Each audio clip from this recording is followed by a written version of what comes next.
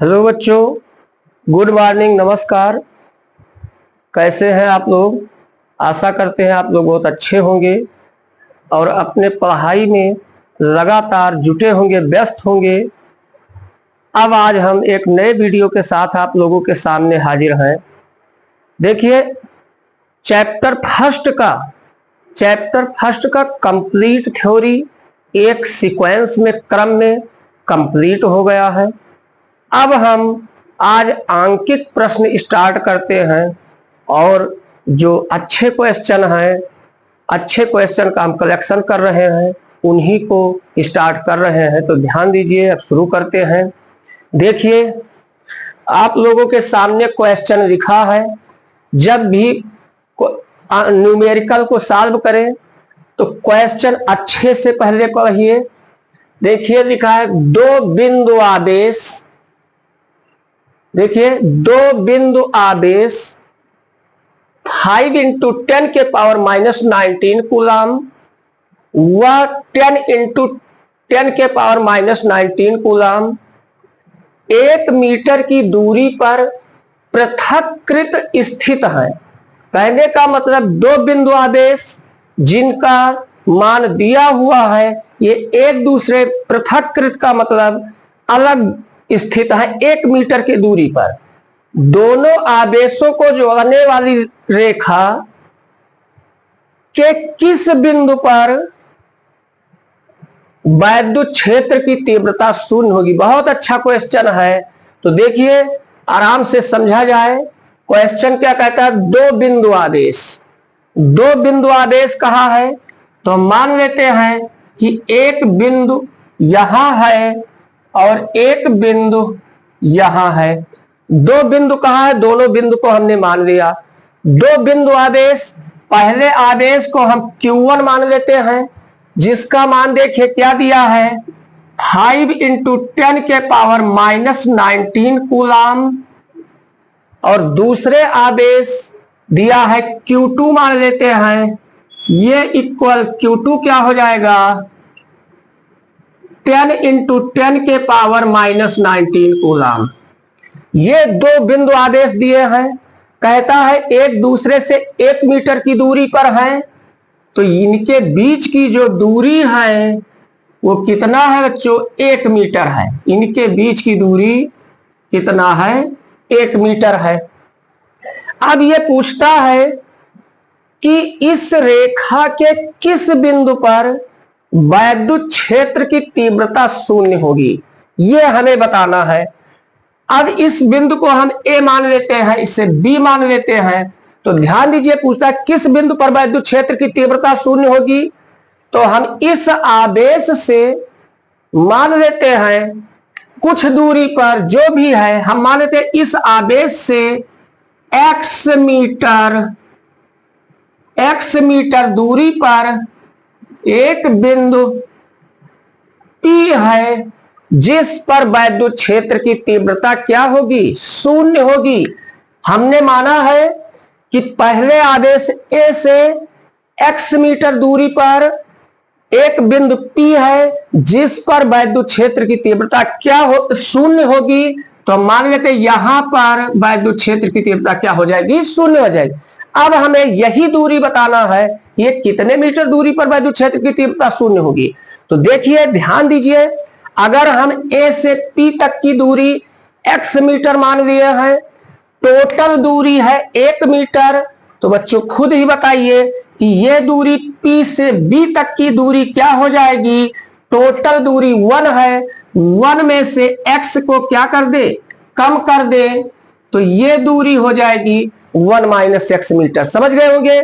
तो अब हमें बात क्लियर हो गई होगी, इसी x का मान निकालना है। तो देखिए, हम यही कहेंगे, ये पूछता था किस बिंदु पर वैद्युत क्षेत्र की तीव्रता शून्य होगी। तो इसको हम सॉल्व करते हैं बच्चों। हम पहले लिखेंगे सॉल्यूशन। अब सॉल्यूशन में ध्यान दीजिए, पहला काम क्या है, तुम्हें एग्जाम में अगर कंपटीशन एग्जाम नहीं देते हैं, एकेडमिक एग्जाम देते हैं, तो ये कहा जाता है कि कुछ अपना डायलॉग बनाइए। पहला, फिजिक्स के न्यूमेरिकल में एक ही ब्रह्मास्त्र है, क्या दिया है और क्या तुमसे पूछता है। अगर इतना क्वेश्चन इतना लिख ले गए तो मान लीजिए 5 नंबर का है, 2.5 नंबर तुम्हें मिल गया। तो इतना ही क्या दिया है और क्या पूछता है। तो देखिए हम क्या दिया है उसको लिखते हैं। क्या लिखे हैं, गिवन। गिवन, अब ये समझते हैं, चाहे हिंदी में लिख दीजिए, दिया है, समझते हैं गिवन ये हमारा क्या है, प्रेजेंट परफेक्ट टेंस है और इसमें वर्ब की सेकंड फॉर्म लगती है। गिवन, दिया है, खाया है, पिया है, नहाया है, धोया है, सोया है, रोया है, ये सब क्या है, ये प्रेजेंट परफेक्ट टेंस है। वर्ब की थर्ड फॉर्म लगेगी तो गिवन, क्या दिया है हमने। अब देखिए दिया क्या है, वही चीज Q1 इक्वल 5 इंटू 10 के पावर -19 कूलाम, ये दिया है। Q2 इक्वल 10 इंटू 10 के पावर -19 कूलाम, ये दिया है। दोनों के बीच की दूरी AB दिया है, AB इक्वल 1 मीटर दिया है। ये हो गया। अब हमसे पूछता है कि किस बिंदु पर वैद्युत क्षेत्र की तीव्रता शून्य होगी। तो यही है, हमसे पूछता क्या है, तो हाँ देखेंगे तो ये इतना चीज दिया है, किस बिंदु पर वैद्युत क्षेत्र की तीव्रता क्या होगी, शून्य होगी। अब हम यहां से मान लेते हैं, माना बिंदु ए से x मीटर दूरी पर, x मीटर, देखो क्या माने हैं, x मीटर दूरी पर वैद्युत क्षेत्र की तीव्रता अर्थात E क्या होगी, शून्य होगी। अर्थात कहा जाए, अर्थात हमने क्या मान लिया, AP इक्वल x, तो खुद समझिए AP x हो गया तो PB क्या हो जाएगा, 1 माइनस x हो जाएगा। अब ध्यान दीजिए, इस बिंदु आवेश के कारण बिंदु P पर वैद्युत क्षेत्र की तीव्रता और इस बिंदु आवेश के कारण वैद्युत क्षेत्र की तीव्रता हम ज्ञात करेंगे। तो देखिए देखेंगे, आवेश Q1 के कारण वैद्युत क्षेत्र की तीव्रता को हम क्या मान लेते हैं बच्चों, E1 मान लेते हैं। E1 इक्वल, हम पहले ही प्रूव करा चुके हैं, पहला ही डेरिवेशन इस चैप्टर में, कि किसी बिंदु आवेश के कारण वैद्युत क्षेत्र की तीव्रता का व्यंजक क्या होता है, E equal 1/4 pi epsilon not, वो आवेश बटा उसके दूरी का वर्ग। तो E1 equal 1/4 pi epsilon not, आवेश हमने क्या माना है, Q1, और दूरी हमने क्या मान लिया है, x। तो ये क्या हो जाएगा, दूरी का स्क्वायर। ये इक्वेशन नंबर क्या हो गया, फर्स्ट हो गया। फिर देखिए, आवेश Q2 के आयोजन कर देते हैं, आवेश Q2 के कारण वैद्युत क्षेत्र की तीव्रता E2 इक्वल क्या हो जाएगा, 1/4 पाई एप्सिलॉन नॉट Q2 अपान, देखिए आवेश Q2 के कारण इस बिंदु पर इसकी दूरी क्या है, 1 माइनस एक्स है। तो ये हो जाएगा 1 माइनस एक्स का whole square, equation number second हो गया। अब देखें तो इस दोनों के कारण E1 E2 हमें पता हो गया है। अब चूंकि ये क्या कहता है कि इस दोनों दूरियों पर इस बिंदु P पर वैद्युत क्षेत्र की तीव्रता क्या है, शून्य है। इसका मतलब क्या हुआ कि पहले आवेश के कारण वैद्युत क्षेत्र की तीव्रता E1 इस साइड में और E2 उस साइड में, ये E1 हो गया इस साइड में, E2 हो गया इस साइड में, और जब ये दोनों परस्पर बराबर समांतर व विपरीत होंगे, जितने इधर उतना ही उधर होगा, तो इसका मतलब बिंदु P पर परिणामी वैद्युत क्षेत्र की तीव्रता क्या हो जाएगी, शून्य हो जाएगी। तो यहां पर अगर कहा जाए, अतः बिंदु P पर परिणामी वैद्युत क्षेत्र की तीव्रता क्या हो जाएगा? तीव्रता E इक्वल क्या हो जाएगा? E1 E इक्वल दोनों का अंतर E equal E1 minus E2 और ये इक्वल क्या हो जाएगा? 0, क्योंकि परिणामी वैद्युत क्षेत्र की तीव्रता क्या है? 0 है। अब बच्चों हम साइड हो गए हैं, आप लोग स्क्रीनशॉट ले सकते हैं। अब देखिए एक बात, यहां कंफ्यूजन नहीं करना है इस जगह पर, चूंकि बिंदु P पर परिणामी वैद्युत क्षेत्र की तीव्रता 0 क्वेश्चन में दिया है। ये देखिए इसका मतलब E1 और E2 का अंतर क्या आना चाहिए? 0 आना चाहिए। वही हमने लिखा है E equal E1 minus E2 equal क्या हो जाएगा? 0। तो अब देखिए इसको हम इरेज कर देते हैं।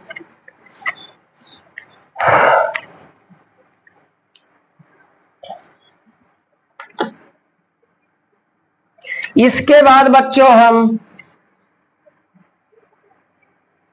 यहां आ जाते हैं। देखिए तो जब E1 माइनस E2 इक्वल 0 हो गया तो this imply that E1 equal क्या हो गया? E2। भाई वही बात है कि परिणामी वैद्युत क्षेत्र की तीव्रता 0 होने का मतलब कि दोनों आपस में क्या है? इक्वल है, बराबर है। अब E1 का मान देखिए, पहले से ये इक्वेशन नंबर फर्स्ट में देखिए क्या आया है? 1/4 pi epsilon not Q1 upon x square है और E2 का मान 1/4 पाई एप्सिलॉन नॉट, ये Q1 अपान एक्स स्क्वायर है और ये Q2 अपान 1 माइनस एक्स का होल स्क्वायर है। अब बच्चों ध्यान दीजिए, दोनों साइड में क्या ऐसा चीज है जो दोनों साइड में है? देख सकते हैं 1/4 पाई एप्सिलॉन नॉट यहां भी है, यहां भी है। ये अपने आप जो चीज दोनों तरफ है सेम साइन में है तो उसको कैंसिल मान लीजिए, ये पक्षांतर करने की कोई जरूरत नहीं है। मान लीजिए ये और ये अब तुम लोगों को दिखाई ही नहीं दे रहा है, तो बचा क्या? यहां पर देखिए Q1 अपान एक्स स्क्वायर इक्वल Q2 अपान 1 माइनस एक्स स्क्वायर। उम्मीद करते हैं बच्चे यहां तक समझ गए होंगे। अब देखिए स्क्रीनशॉट भी ले लिए होंगे, हम और आगे इरेज करते हैं। तो देखिए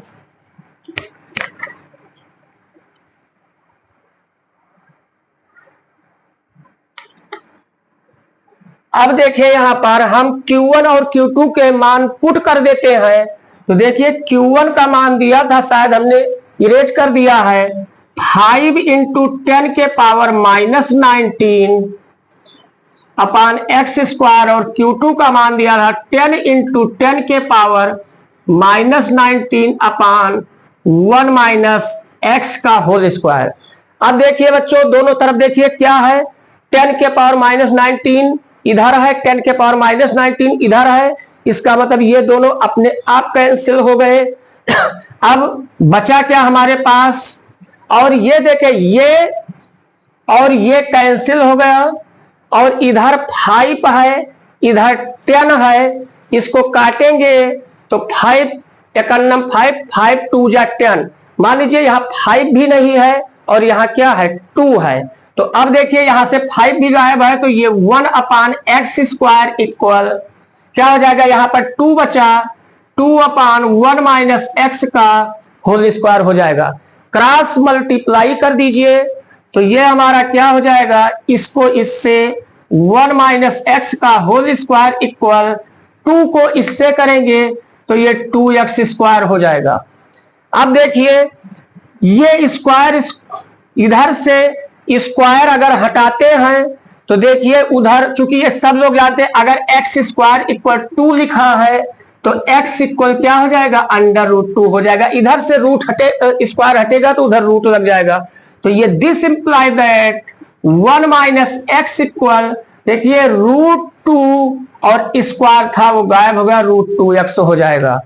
अब यहां से देखिए आगे बस आंसर आने वाला है, बहुत अच्छा सवाल है, देखिए ध्यान से। अब क्या हो जाएगा, चूंकि हमें अभी x का मान निकालना है, तो देखिए क्या हो रहा है, इसको ब्रैकेट को हटाते हैं, 1 माइनस, ये 1 माइनस एक्स है, x को उस साइड में भेज दीजिए, तो 1 इक्वल अपने दोस्त के पास भेजिए, 1 इक्वल ये क्या हो जाएगा √2x, और ये माइनस एक्स है उस तरफ जाएगा तो क्या हो जाएगा प्लस एक्स हो जाएगा। अब देखिए 1 इक्वल दोनों में क्या कॉमन है बच्चों, x कॉमन है, तो ये क्या है √2 प्लस 1 बचेगा, x क्या हो जाएगा बाहर हो जाएगा। This imply that x equal ये क्या हो जाएगा 1 अपान √2 प्लस 1। यहां तक समझ में आ गया होगा। अब बच्चों अगर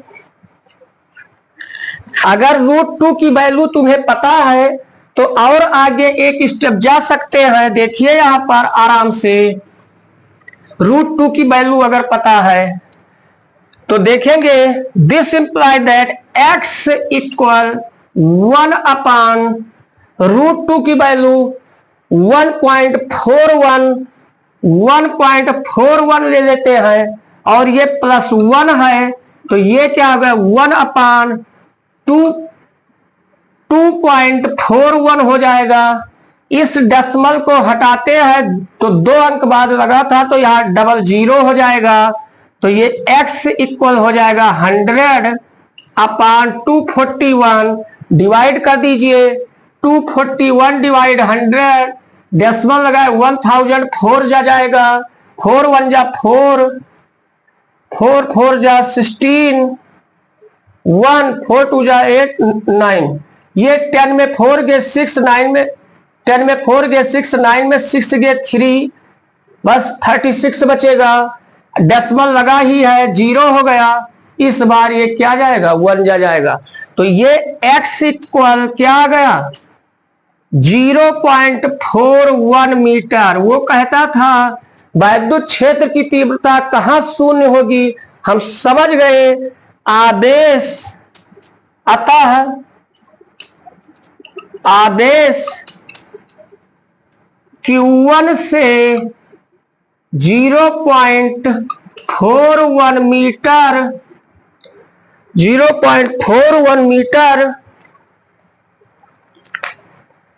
पर वैद्युत क्षेत्र की तीव्रता शून्य होगी। उम्मीद करते हैं बच्चों अच्छे से समझ गए होंगे। अब अच्छे से ये न्यूमेरिकल समझ गए होंगे। अब इसके